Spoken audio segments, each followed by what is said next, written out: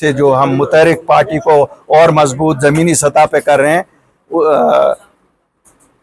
उसी सिलसिले की आज की ये ज्वाइनिंग हमारे सीनियर लीडर जो डॉक्टर समीउल्लाह साहब हैं, डिस्ट्रिक्ट पुलवामा के प्रेसिडेंट भी हैं, उन्होंने आज यहाँ मंसूर अहमद मागरे साहब की क़यादत में ज्वाइनिंग आज कराई। पुलवामा की ज्वाइनिंग। मंसूर अहमद मागरे साहब एक सियासी घराने से ताल्लुक़ रखते हैं। इनके बरादर रियाज़ अहमद मागरे साहब जमात इस्लामी से ताल्लुक़ रखते हैं और शायद जिस वक़्त अमीरी जमात भी पुलवामा के थे।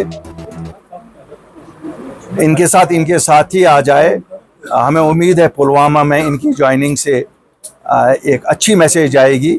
आपको मालूम है कि जो साउथ के ज़िले हैं और कुछ कॉन्स्टिट्यूंसियाँ खासकर इन ज़िलों में इस जमात का एक काडर है, और चूँकि इन्होंने एक पॉलिटिकल प्रोसेस में अब हिस्सा बाज़ाब्ता तौर लिया है और हमें लगता है अपनी पार्टी का प्लेटफॉर्म इनके लिए इन्होंने पसंद किया है और हम आगे को इस कारवान को इकट्ठे चलाएंगे।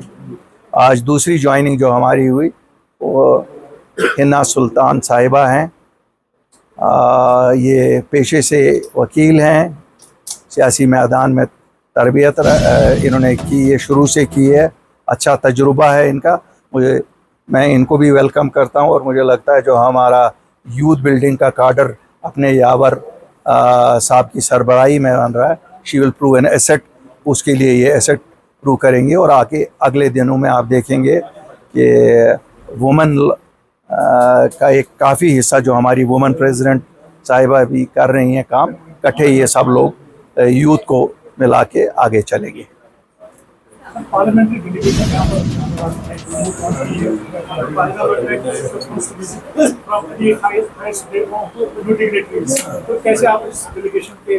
देखिए, अच्छा है, इन डेलीगेशन से उम्मीद है कि ये भी एक सिग्नल भेजेंगे कि कश्मीर पुरअमन है।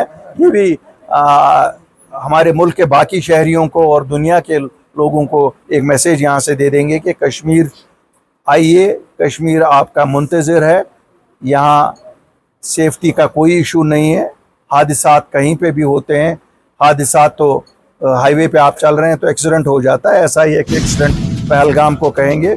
हमें बड़ा दुख है कि इंसानी जानें तलफ हुई, लेकिन कारवान को आगे चलना है और इस जो पार्लियामेंट्री डेलीगेशन है, हमें उम्मीद है वो भी इस सिलसिले में अपने असर रसूख को इस्तेमाल करेंगे। सर, 9 महीने ऑलमोस्ट होने को है एनसी सरकार, ना ही एम्प्लॉयमेंट है, ना ही बिजली फ्री दी गई, ना ही चावल फ्री दिया गया, कुछ भी फ्री नहीं दिया गया जो कागजों पे लिखा। अभी मैनिफेस्टो का 1% भी प्रॉमिस पूरा नहीं किया। देखिए, मैं बड़ा खुल के बात करता हूँ, आपको पता है मैं लपटी लिपटी नहीं बोलता हूँ।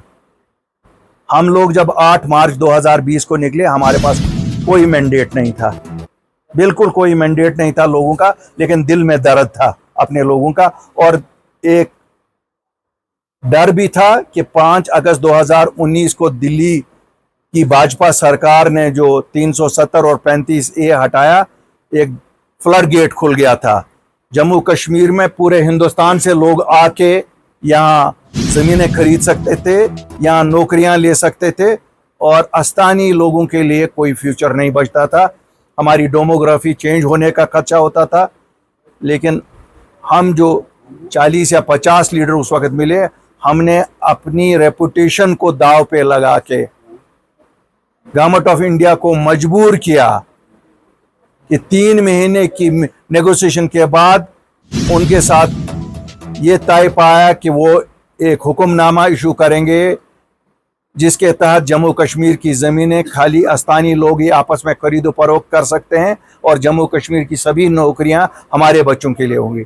मुझे लगता है अगर हमारे पास मैंडेट होता हम शायद 370 भी वापस लाते, लेकिन हमारे पास कोई ऐसा मैंडेट उस वक्त था नहीं। तो आज जो सरकार जिसकी आपने अभी बात की, 50 MLA उनके हैं, इतनी बड़ी मैंडेट से बनी हुई सरकार अगर उतना कुछ भी नहीं ला सकती है जो हमने लाया, तो मुझे लगता है ये अफसोस की बात है। ये जम्मू कश्मीर के लोगों को सोचना पड़ेगा क्या उन्होंने सही दिशा में अपना वोट इस्तेमाल किया या जज्बात की राह में वो भी बह गए, और 5 साल अपनी डेवलपमेंट के या अपने हक के, जैसे हम कहते हैं, जिसे हम स्टेटहुड कहते हैं या हम बच्चों की नौकरियां कहते हैं, मैं तो सबसे ज़्यादा कहता हूं उन नौजवानों की, उन बुज़ुर्गों की जो जेलों में बंद है, जिनकी रिहाई के बारे में हमने कहा था हम एक एमनेस्टी करवाएंगे 30 अक्टूबर को, क्योंकि मैनिफेस्टो सियासी जमातों की बाइबल होती है और हमारी बाइबल वहीं पे मौजूद है। आपको पता है हमने जो लिखा था हम वही कहते हैं जो हम कर सकते हैं, और हमारी सियासत सच पे मबनी है। मुझे लगता है कि यहाँ लोगों ने सच की आवाज़ को उस वक़्त पहचाना नहीं। बहरहाल शुक्र अल्हम्दुलिल्लाह, इन 9 महीनों में लोगों को एहसास हो गया है कि दूध का दूध और पानी का पानी। तो खुद ही उससे मुकर गए हैं, जो उन्होंने कहा वो पूरा नहीं कर रहे हैं। अब कभी वो कहते हैं हमें 5 साल में करना है, कभी वो कहते हैं 1 महीने में हमें 1 लाख जॉब्स देने थे। तो मुझे नहीं लगता है मेरे कहने से उसमें कोई फ़र्क पड़ेगा। लोग खुद बेहतरीन जज हैं और वो लोग खुद जानते हैं कि उन्होंने क्या किया, कौन सी चीज़ सच कही, कौन सी चीज़ झूठ कही। मेरे लिए अच्छा नहीं है कि मैं किसी पे इल्ज़ाम तराशी करूँ। इंजीनियर रशीद के साथ ज्यादती है, उनको बंद रखा गया है, गलत बात है। लोगों ने उन्हें चुना था, भारी अक्सरियत से चुना था, उन्होंने फिर इलेक्शन में भी हिस्सा लिया, ठीक है। उनके एमएलए भी एक चुना गया, तो गवर्नमेंट ऑफ इंडिया को उनको रिलीज़ करना चाहिए।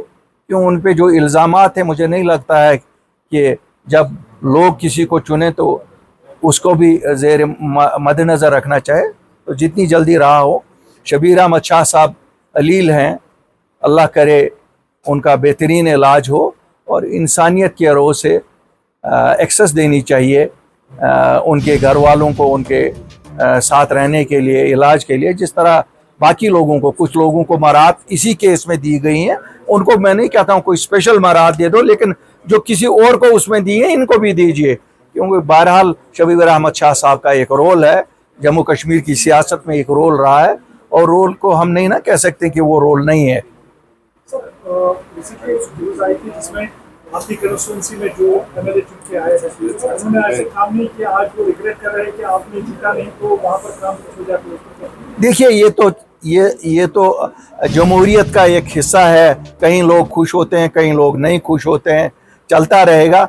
मुझे लगता है हर एक का अपना अपना स्टाइल होता है। हो सकता है जो चुने गए हैं उनका डिफरेंट स्टाइल होगा, जो पहले थे उनका डिफरेंट स्टाइल होगा, लेकिन ये तो जमहूरियत का एक हिस्सा है। मैंडेट नेशनल कॉन्फ्रेंस को दिया गया है लोगों की सड़कें बनाने का, लोगों के पानी का इंतज़ाम, नौकरियां देने का, बिजली का और बाकी चीज़ों का। हमें अपोजिशन का मैंडेट दिया गया है निशानदेही करना कोताहियों का, और जहां हो सके लोगों के इश्यूज़ को हाईलाइट करना। हम वो रोल इंशाल्लाह निभा भी रहे हैं और बखूबी आगे को भी निभाएंगे।